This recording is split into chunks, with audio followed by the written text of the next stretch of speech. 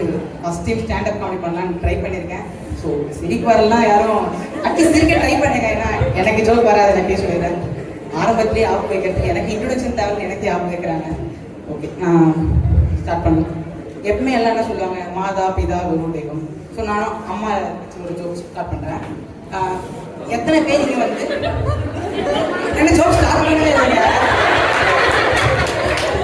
அம்மா வச்சு joke start பண்ணுறேன். ஓகே, ஃபர்ஸ்ட் நான் எங்கள் வீட்டில் வந்து எள்ளு வாங்கினா எள்ளுன்னா எண்ணெயா வந்து நிற்கணும்னு சொல்லுவாங்க. நான் அந்த மாதிரி திட்டி எக்கச்சக்கமாக வாங்கியிருக்கேன். இங்கே யாரில் மாதிரி வாங்கிருக்கீங்க கொஞ்சம் கை தூக்குங்க. இல்லை, எனக்கு தெரிஞ்சு எல்லாம் வாங்கியிருப்பீங்க, தைரியமாக எல்லாம் கை தூக்கலாம்.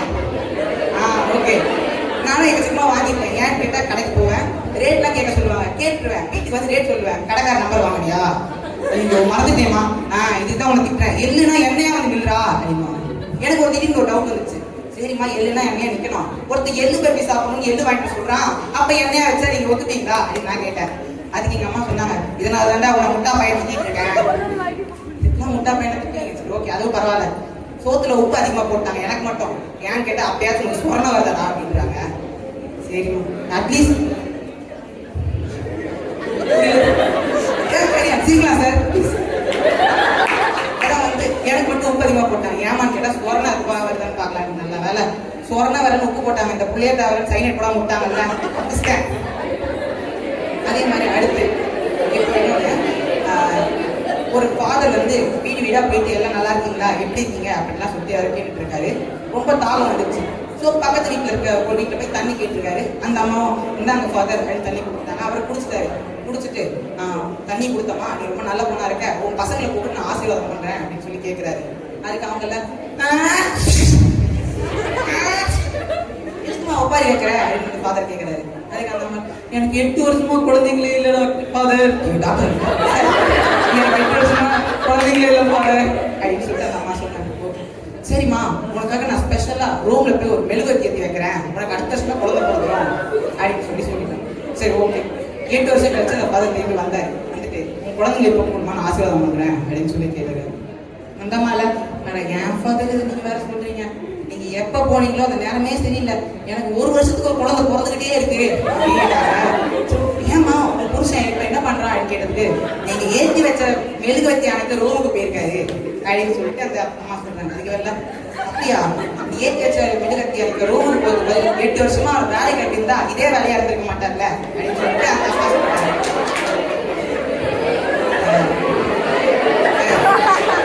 ஓகே, ஜோக்லாம் சொல்றேன், கொஞ்சம் அப்படின்னா கொஞ்சம் நேரம் வச்சு செய்யாம கொஞ்சம் வச்சு செய்யாதீங்க, நீ கேட்கிறேன். நெக்ஸ்ட் அடுத்து இப்போ ஒரு டீச்சர்ஸ் தான் வெயிட் பண்ணுறோம். ஸோ ஒரு ஸ்கூல் ரிலேட்டடாக ஒரு ஜோக் சொல்கிறேன். என்னன்னா வந்து ஒரு நான் வந்து சின்ன வயசில் படிக்கும் போது என் ஹேண்ட் ரைட்டிங் பார்த்தா கோழிக்கு இருக்கிற மாதிரியே இருக்கும். நான் என்ன பண்ணுவேன், அதை டாக்டர் பிரிஸ்கிரிப்ஷனில் வச்சு பார்க்கும்போது ரொம்ப லிட்ரலாக மேட்ச் ஆகிட்டே இருக்கும். பட் ஆனால் ஹோமியோபதிக்கு வந்து தெரியுது ஹேண்ட் ரைட்டிங்னா ஒழுங்காக இருக்கணும்னு சொல்லிட்டு ஸ்கூலில் அசிங்கப்படுத்துவாங்க. அதுலேயும் கரெக்டாக ஒரு பொண்ணு தான் கூப்பிட்டு அசிங்கப்படுத்துவாங்க. எனக்கு இந்த ஸ்டாஃப் பண்ணுறது எதுக்கு ஒரு பொண்ணையும் பையனையும் மட்டும் கம்பேர் பண்ணுறாங்க, என் பையனையும் பையனை வச்சு கம்பேர் பண்ணால் வேணாண்டா, எனக்கு அதுவும் புரிய மாட்டேன். நாங்கள் என்ன பண்ணுவோம், ஓகே மிஸ் மாற்றிக்கிறேன் மிஸ், இல்லையா அப்படியே நம்ம போயிடுவோம். அதே மாதிரியே ஸ்கூலுக்கு நான் இப்போ ரீசெண்டாக மிஸ் கூப்பிட்டாங்கன்னு போயிருந்தேன். அப்போ அதே ஒரு சின்ன பையன்கிட்ட மிஸ் கூப்பிட்டு கேட்குறாங்க, ஏன்டா உங்கள் ஹேண்ட் ரைட்டிங் எவ்வளோ கேவலமாக இருக்குது, அந்த பொண்ணு ஹேண்ட் ரைட்டிங் அவ்வளோ அழகாக இருக்குது அப்படின்னு சொல்லிட்டு கேட்குறாங்க. அதுக்கு அந்த பையன் சொல்கிறான், மிஸ் இது என்ன அப்படின்னு பெண் எடுத்து காட்டணும். அந்த மிஸ் இல்லை, ஏன் பெண்ணு பார்த்தா தெரியாதா அப்படின்னு சொல்லிட்டு அந்த மிஸ் சொல்கிறாங்க, ஒரு பெண்ணு இன்னொரு பெண்ணு கையில் இருக்கும்போது அழகா இருக்கும் அப்படின்னு சொல்லி கேட்குறாங்க. இப்போல்லாம் பசங்கள்லாம் கொஞ்சம் ஹியூமர் சென்ஸை விட வல்கர் சென்ஸ் தான் கொஞ்சம் அதிகமாக போயிட்டு இருக்கு. கம்பேர் டு நம்ம லேட் 20s நம்மளே ஓவர் இருக்கிறோம். ஆனால் இப்போ 20s 2Ksலாம் ரொம்ப ஓவராக போயிட்டு இருக்காங்க. சரி, ஓகே, அது ஓகே ஓகே கொஞ்சம் நான் அடுத்த ஜோக் போகிறேன். நான் பார்க்க நீ ஒரு அழகாக ஹேண்ட்ஸமாக ஹார்டாக இருக்கணும். ஓகே ஓகே ஓகே அட்லீஸ்ட் ஒரு அழகாக இருக்கணா, இல்லை சுமாராக இருக்கணும்.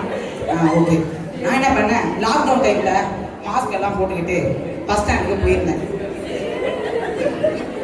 இருக்க ஒரு ஜோக் பேசிக்கிட்டேன். பஸ் ஸ்டாண்டுக்கு போயிருந்தேன். பஸ் ஸ்டாண்டில் போயிட்டு மாஸ்க்லாம் போட்டோம்னா நம்மளுக்கு தான் தெரியுமே, நம்ம மூச்சு நார்மலாக பார்த்தாலே தாங்க முடியாது.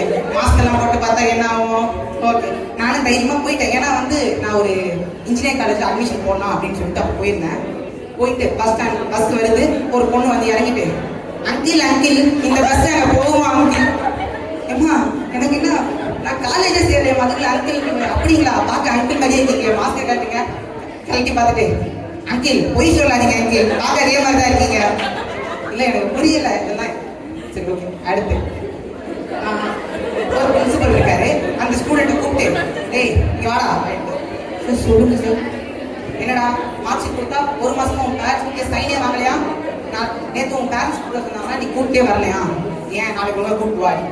சார் என் பேரண்ட்ஸ் வர மாட்டாங்க சார். ஏன்டா வர மாட்டாங்க? இல்லை சார் அவங்களுக்கு ஸ்கூல்னா கொஞ்சம் பயமா. நீ படிக்கிற உனக்கு பயம் இருக்கலாம், உன் பேரண்ட்ஸ் கேட்டா பயம். இல்லை சார் நேற்று கூட்டிகிட்டு வந்தேன், 5 நிமிஷம் லேட் ஆயிடுச்சுன்னு சொல்லிட்டு எனக்கு ஃபைன் சொன்னா கூட பரவாயில்ல, என் பேரண்ட்ஸ்க்கும் 500 ரூபா ஃபைன்.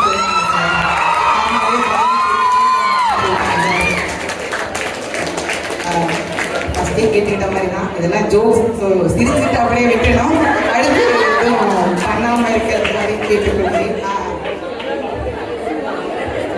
அதுக்கப்புறம் அடுத்து நான் வந்து என் ஊருக்கு போயிருந்தேன். எதுக்க ஒரு பாட்டி இருக்கு இல்லை, ஐயோ தூக்கு மறந்துட்டேன். சரி ஓகே அடுத்து நான் அடுத்து போகிறேன். ஒருத்தன் வந்து அவன் ஃப்ரெண்டுக்கு ஃபோன் பண்ணியிருக்கான். ஏய் மாப்பிள்ள சவுண்டே கேட்கல வெளில வந்து பேசுறா. ஏய் மாப்பிள்ள சவுண்டே கேட்கல வெளில வந்து பேசுறா அப்படின்னு. நான் அதுக்கு தாண்டா பார்க்குறேன், எனக்கு ஜாமீனே கிடைக்க மாட்டேங்குது.